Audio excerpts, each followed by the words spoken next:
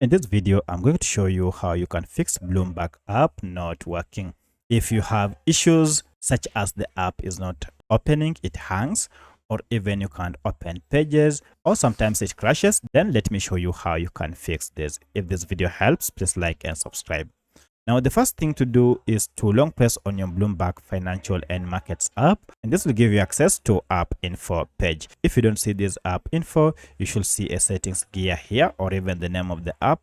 Tap on any of this to access the app's info page. So for this tutorial, I'm on a Xiaomi Redmi smartphone. However, this process should be more or less the same on any other Android smartphone. At this point, we want first to clear the app data, and this, just tap on clear data and choose cache data and OK, and then restart your smartphone, and this should fix your issues. However, if this does not work for you, then you'll need again to come to app info page, and this time around clear all data, and now this should fix. However, you have to note that clearing all data, if you had been logged in, you'll be logged out and you'll have to log in afresh. Now, at this point, everything should be okay. However, if you still have challenges with your app, then the issue might be with the app and it needs to be updated to get the latest version. For that, go to your Google Play Store app or App Store and update your app to the latest version if in case there is an update.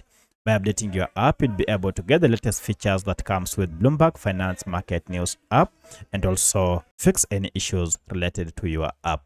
Now, at this point, everything should be okay. However, if the issue with your app is your app crashes, for that you'll need to uninstall the app and then install it afresh. By doing that, you'll be able to clear bugs that might be associated with your app. So that's how you can fix issues with your Bloomberg Finance and Market News app. If you have any other question, kindly let me know in the comment section. Otherwise, thanks for watching and let's meet in the next video.